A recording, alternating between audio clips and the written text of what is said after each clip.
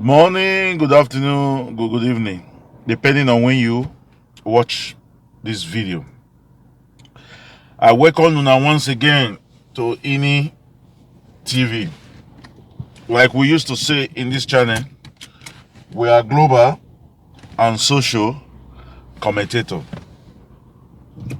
So we dey tell you now wetin dey happen for the country, for the continent. I'm telling the federal government that the way they are pursuing this thing is not the best. You see, the world now know you are a dictator, and now you are fighting everybody. Nnamdi Kanu, Sunday Igboho, Wole Soyinka, even Obasanjo has been warned. If he's not careful, his farm will be locked down. He can't even reach the station na Israel. You know, now you can't go the trouble again, saying they are spies, they are coming to Nigeria. These are film makers that came to make a film about the lost tribe of Israel. They arrested them, and now Nigeria government is in the rift with the Israelis. Then another thing, the British government has been pressured by the human rights lawyer and the coalition of the Igbos lawyers in the UK. Now the Britain is asking the Nigerian government to tell them how their citizen was arrested from Kenya. I still believe Britain is a little bit slow here. I don't know why they are slow. They are waiting for the government to tell them how he was arrested. Then why not say when you already knew how he was arrested? The Kenyan government has come out to say their own part. Nnamdi Kanu has also said his own part. So what are you waiting for from the Nigerian government? Tell them they should release Nnamdi Kanu immediately. Because in law, you cannot have legality inside illegality. I'll explain. You cannot have a legal right when you started out with an illegal act.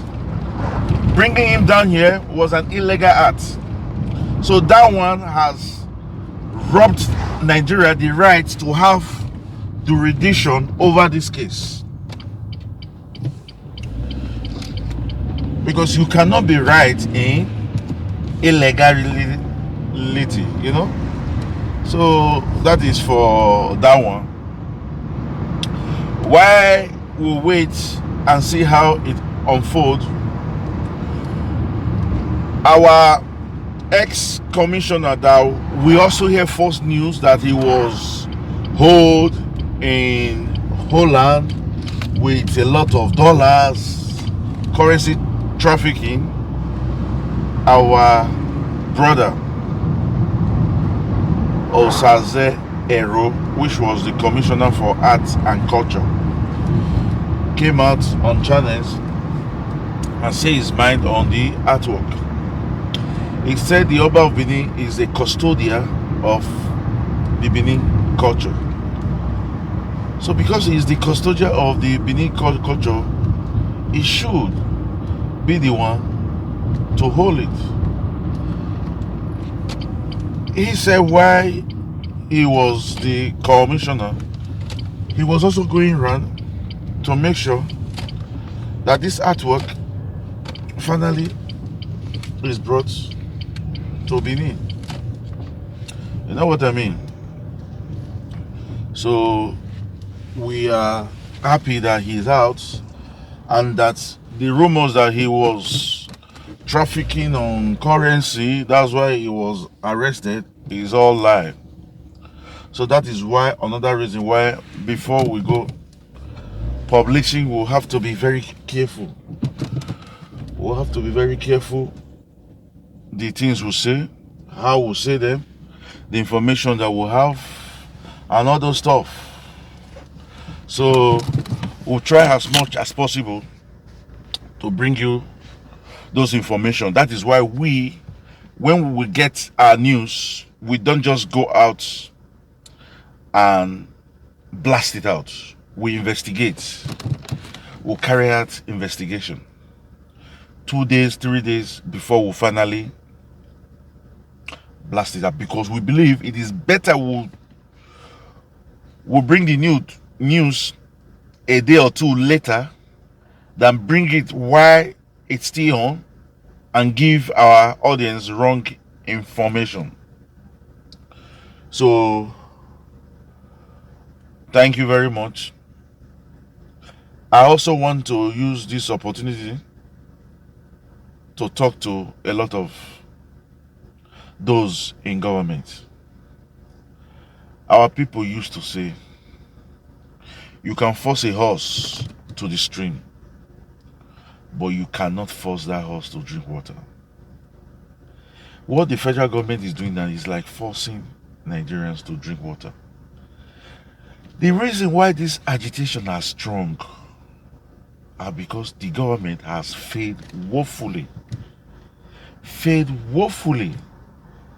Agitation has always been there, but it was not supported by the generality of Nigerians. But even in Senate, a member raised a motion for division. That is enough to let the government know that this is something they have to change their way of approach. They have to change their tribalism, nepotism, their corruption. Buhari said he was coming to fight corruption, but we have not seen him fighting corruption. It is clear now that he is supporting the herdsmen, the ISWAP, the Boko Haram, 100%. Imagine 1,009 Boko Haram last week were released free back into the society. Then what is the hands of getting soldiers to fight them?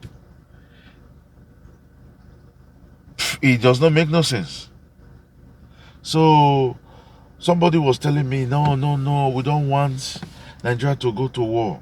Listen, why did we go to war in the first place? We went to war because of why?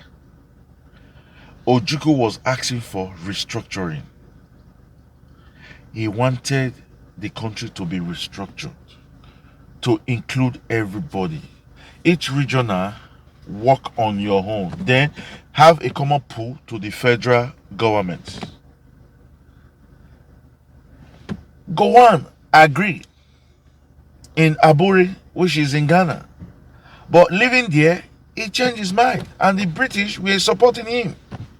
So Britain is one of the problems we have in this country. I don't want to go into that. That's my opinion. So that was what Ojukwu fought for. And that thing has not been solved. 60 years now. The thing has not been solved. Close to 60 years. It was in 1967. It has not been solved. So why will people not keep on agitating? Even if you subdue Nnamdi Kanu today, I bet you 2-3 years, somebody else will come out and begin to fight. So, my people, this is where we want to draw the curtain for today. Thank you. We want to thank you so much for being there for us. We love you, and we take it as a duty that when this information comes, we'll bring it straight to you, but not before checking. We don't want to give you information and later it turns out to be false. So For those who are joining us for the first time, this is INI TV. Ephraim Nauna Imafide in this TV. We are global and social commentators. And if you like our page, subscribe. And after you subscribe, just press the notification button so that each time we upload video, it comes directly to you.